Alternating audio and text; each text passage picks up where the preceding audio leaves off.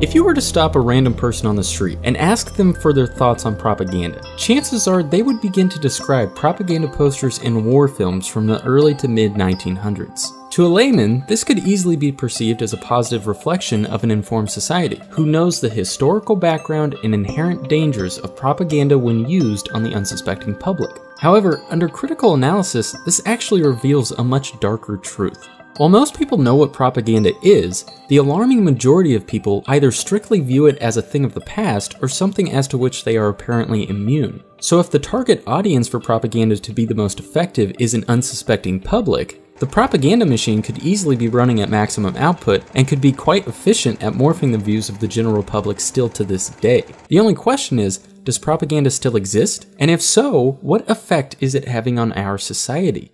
One of the most dangerous, unspoken things in existence in the world today is a media controlled by a very small group of corporate entities.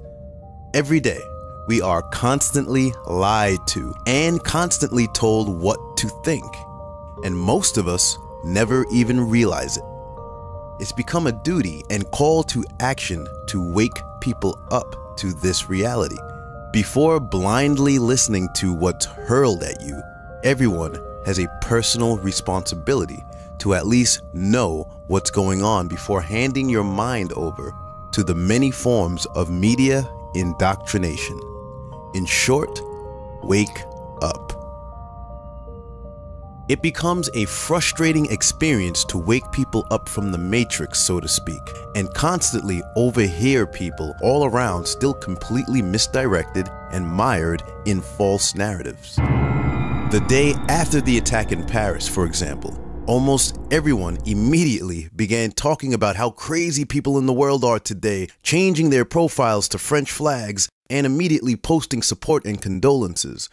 And the irony was that no one had a clue about what really happened or why the entire world was made to watch. In addition to that, most people are lazy, distracted by a capitalistic existence, don't know they are brainwashed, and most times don't know what they are doing or why. Your thoughts are not your own, and you're being led by the hand every step of the way. Most people openly and defiantly do not trust their governments. People know better. However, simultaneously, they overtly trust each and everything their government does, says, and presents anyway. Because most people trust corporate news narratives where they get most of their information and never question any of it. Most people are still completely unaware that governments orchestrate and/or stage events all the time. This was always done throughout history and is still maintained today. This is nothing new under the sun. You can't even explain this to sheeple, because you might become the one under attack or ridiculed for trying to tell people the real truth. Unfortunately, we have a world of people who don't understand how the world works. The media is not for information, it's for indoctrination. It's owned and operated by a very small group, and the objective of news media is compromised. It's not about informing you about what's going on in the world. The main function is to carry out agendas and control what you think, how you behave, and what you believe. Well, I've been a journalist for about 25 years, and I was educated to lie, to betray, and not to tell the truth to the public. And it is not right what my colleagues do and have done in the past, because they are bribed to betray the people, not only in Germany, all over Europe. Despite the fact that lots of our news is corporate-controlled fiction, we have been brainwashed to accept the news as the infallible truth. We are a society of drones who do not know how to think critically. And because of our media brainwashing, things often go very wrong, impacting the lives of citizens irreparably. All day, every day, just a few corporations cooperate each other's talking points, edit all the news, and dispatch everything you're meant to hear on all networks. There are several video compilations showing you just that. Who are are you really shopping for this holiday season? It's okay, you can admit it if you've bought an item or 2 or 10, for yourself. It's okay, you can admit it if you bought an item or 2 or 10 for yourself. It's okay, you can admit it for yourself. It's okay, you can admit it, Todd. If you bought an item or 2 or 10 for yourself. It's okay, you can admit it. If you bought an item or 2 or 10 for yourself. It's okay, you can admit it. If you brought an item or 2 or maybe 10 for yourself. It's okay, you can admit it. If you bought an item or 2. It's okay, you can admit it. If you bought an item or 2. 2 or maybe 3 or 4, maybe even 10 items for yourself. It's okay, you can admit it, can admit it, can admit it, can admit it. A lie repeated 1,000 times becomes the truth. The man who said that even proved it. The lie became part of himself and the system he served. His name was Joseph Goebbels. He was Nazi Germany's Minister of Propaganda. The myths that he created exist to this day. Such Machiavellian activity requires a disguise, which is why propagandists call themselves the public relations industry. But do not be fooled. Public relations and propaganda are interchangeable, and it is the massive public relations industry that is designed to alter perception, reshape reality, and manufacture consent. A Hollywood set designer was brought in to create a $200,000 backdrop for official war briefings.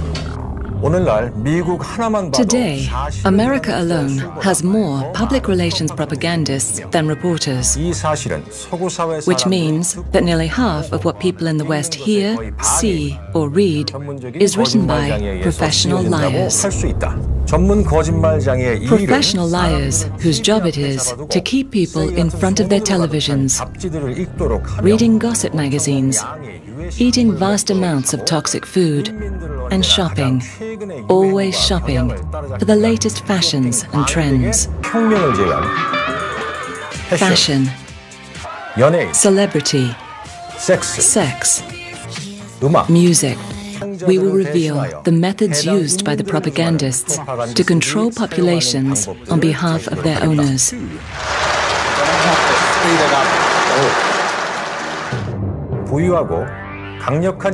Although these rich and powerful owners only make up 1% of the world's population, they have mastered the use of propaganda over 99% of the world's population, turning them into consumer slaves who work harder and harder to buy things they don't need. These consumer slaves are also made to pay taxes to their government, money which is used to develop new weapons for the pernicious invasions and occupations of other countries.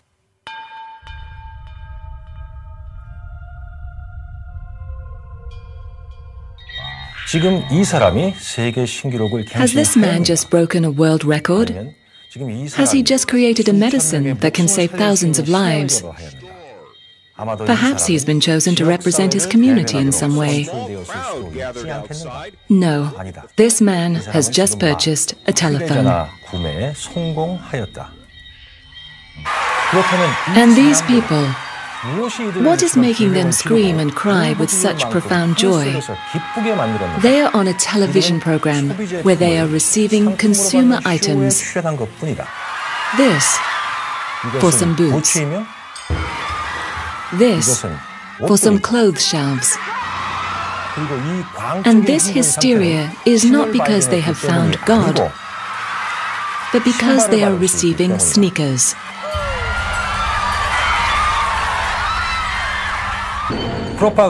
The propagandist knows that an individual has a natural desire to be on a winning side and appear to fit in with the crowd.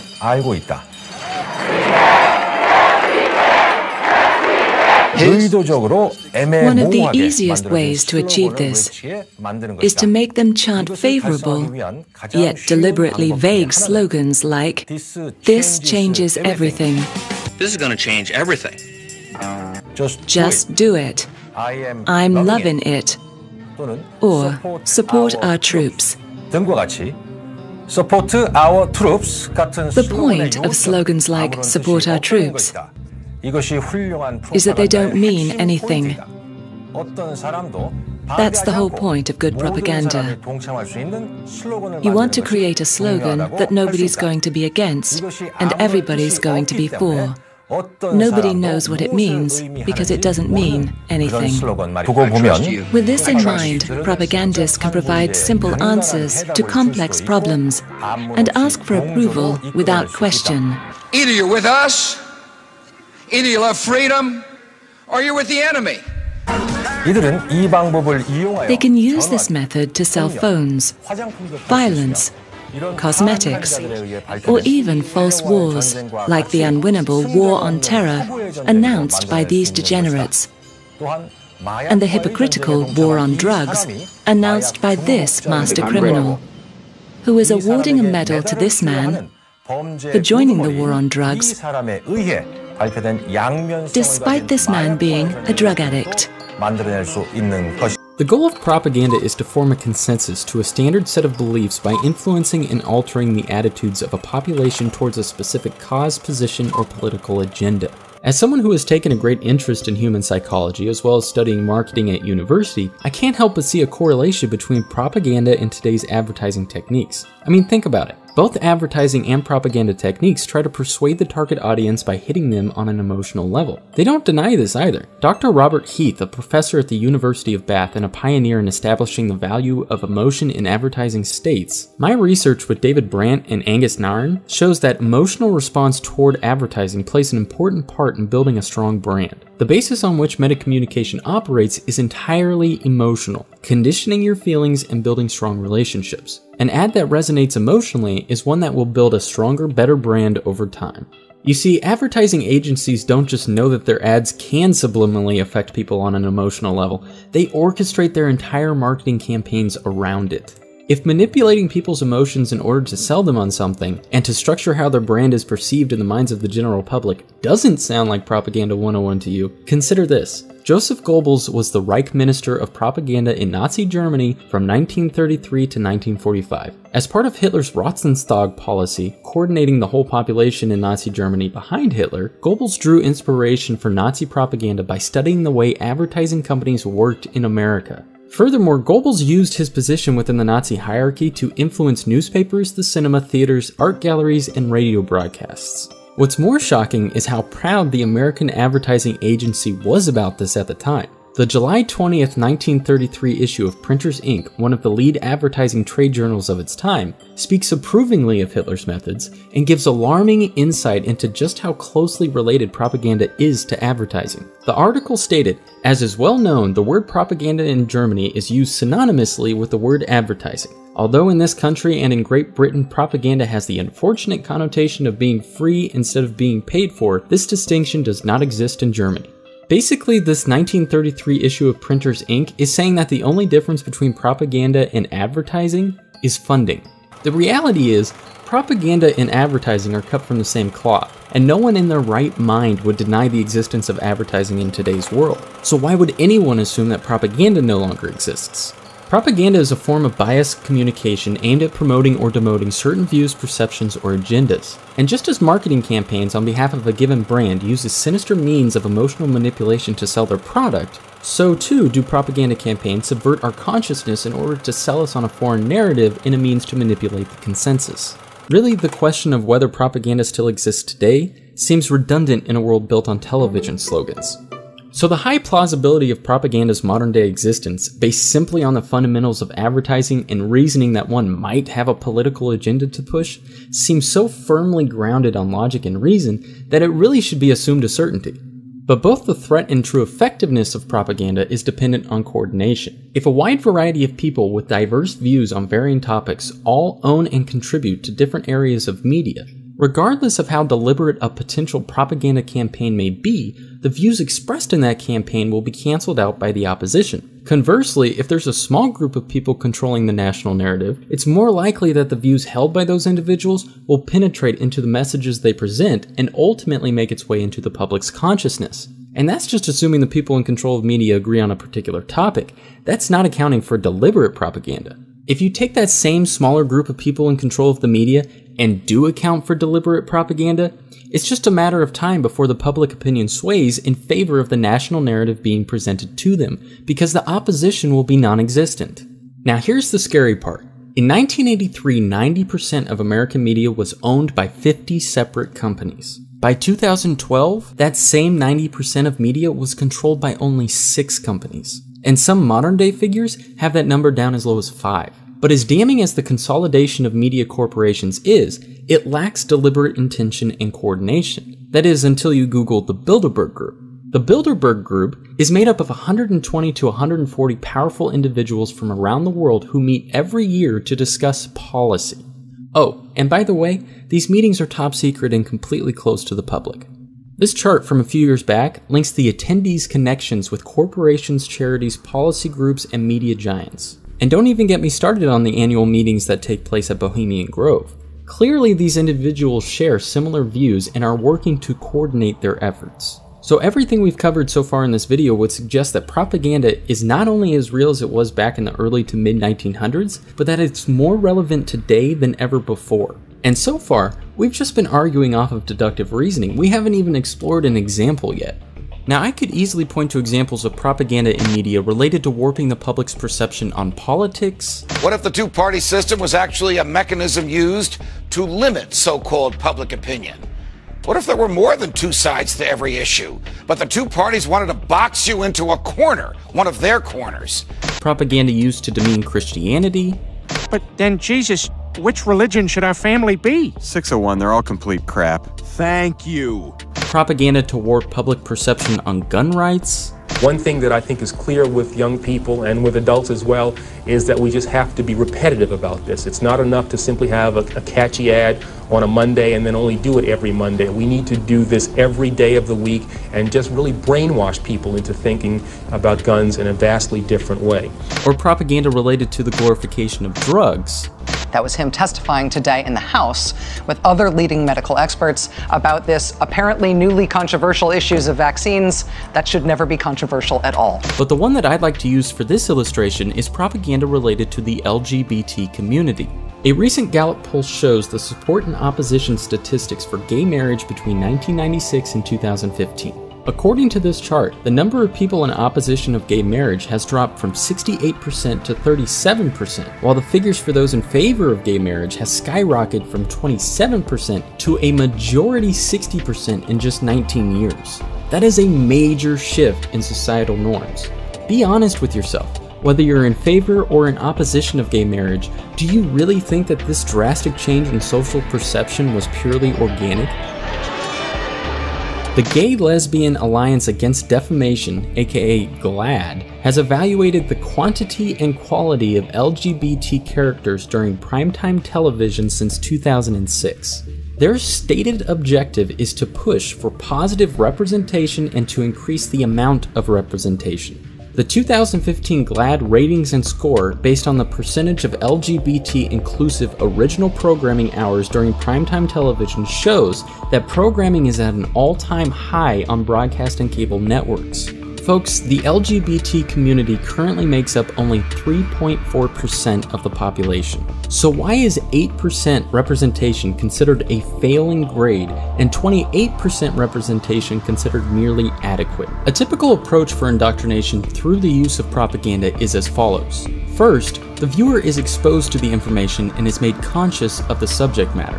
From there, the subject matter, in this case the LGBT narrative, is assimilated to the individual on an emotional level, usually by way of a third-party participant. An example of this would be a beloved sitcom character's persona reflected in the subject matter. While the viewer experiences positive feelings towards that particular character, they are also subconsciously assimilating positive feelings towards the agenda being pushed. This links the orchestrated narrative with the viewer on an emotional level. The final step is repetition.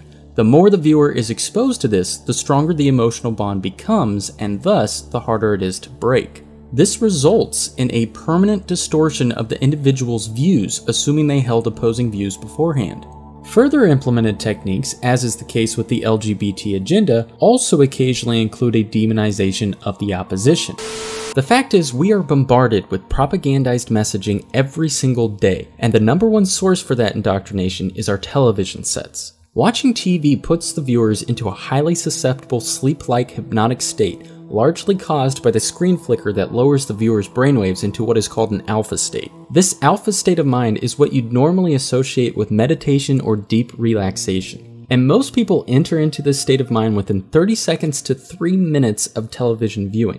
When in this hypnotic state, the information that you are exposed to is downloaded directly into your subconscious mind, where your existing beliefs are altered to form new beliefs without you even noticing. This is a very suggestive state of mind in which the right side of your brain tends to not critically analyze incoming information as it normally would. Again, check out the links in the description for more information. The average American watches 2 to 5 hours of television a day. Over the course of an average lifetime, that figure amounts to 9 years of a person's life. That's 9 years of indoctrination dedicated to programming every single man, woman, and child in this country. Now you may be sitting there thinking to yourself, but isn't propaganda illegal? Or wouldn't the government try and stop propaganda? Well, as it turns out, no. Back in 2012, an amendment to the National Defense Authorization Act, the NDAA, proposed by Mac Thornberry, a Republican from Texas, and Adam Smith, a Democrat from Washington, effectively nullified the Smith-Mundt Act of 1948, which explicitly forbid information and psychological operations aimed at influencing U.S. public opinion.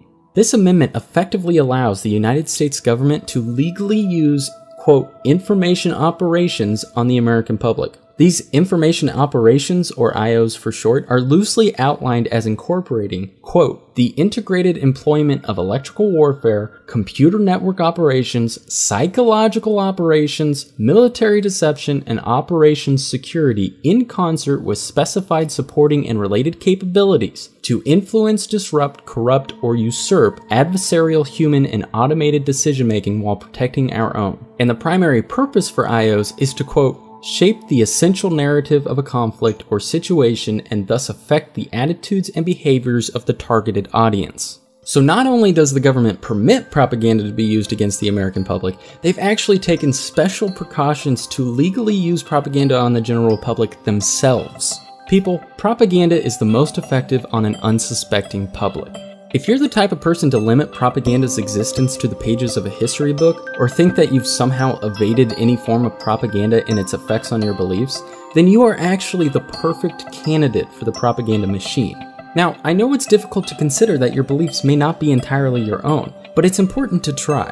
The first step to overcoming any form of indoctrination is to be aware of your own susceptibility and to take an honest, introspective look into your own beliefs. Because propaganda is most effective when combined with emotional stimuli, it's important to analyze your own emotional responses to conflicting information that you may be presented with. In other words, if someone says something to you that you disagree with, and you feel an intense emotion in response to what they've said, chances are the beliefs that you hold on that particular topic are intimately tied to an artificial emotive response ingrained in your mind through years of indoctrination. At a 1991 closed-door meeting of fellow internationalists, billionaire and former CFR chairman David Rockefeller praised his media allies, but his confidence that his words would not leave the room was later broken.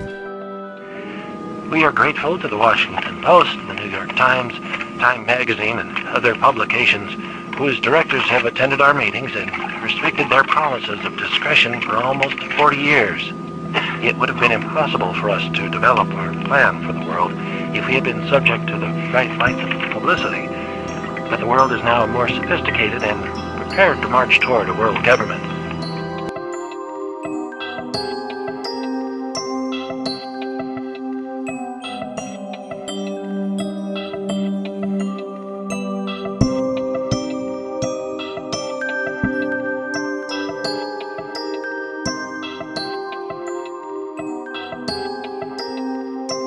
Frustrating experience to wake people up from the matrix, so to speak, and constantly overhear people all around still completely misdirected and mired in false narratives. The day after the attack in Paris, for example, almost everyone immediately began talking about how crazy people in the world are today, changing their profiles to French flags and immediately posting support and condolences. And the irony was that no one had a clue about what really happened or why the entire world was made to watch. In addition to that, most people are lazy, distracted by a capitalistic existence, don't know they are brainwashed, and most times don't know what things in existence in the world today is a media controlled by a very small group of corporate entities. Every day, we are constantly lied to and constantly told what to think, and most of us never even realize it. It's become a duty and call to action to wake people up to this reality. Before blindly listening to what's hurled at you, everyone has a personal responsibility to at least know what's going on before handing your mind over to the many forms of media indoctrination. In short, wake up. It becomes To a layman, this could easily be perceived as a positive reflection of an informed society, who knows the historical background and inherent dangers of propaganda when used on the unsuspecting public. However, under critical analysis, this actually reveals a much darker truth. While most people know what propaganda is, the alarming majority of people either strictly view it as a thing of the past or something as to which they are apparently immune. So if the target audience for propaganda to be the most effective is an unsuspecting public, the propaganda machine could easily be running at maximum output and could be quite efficient at morphing the views of the general public still to this day. The only question is, does propaganda still exist? And if so, what effect is it having on our society? One of the most dangerous, unspoken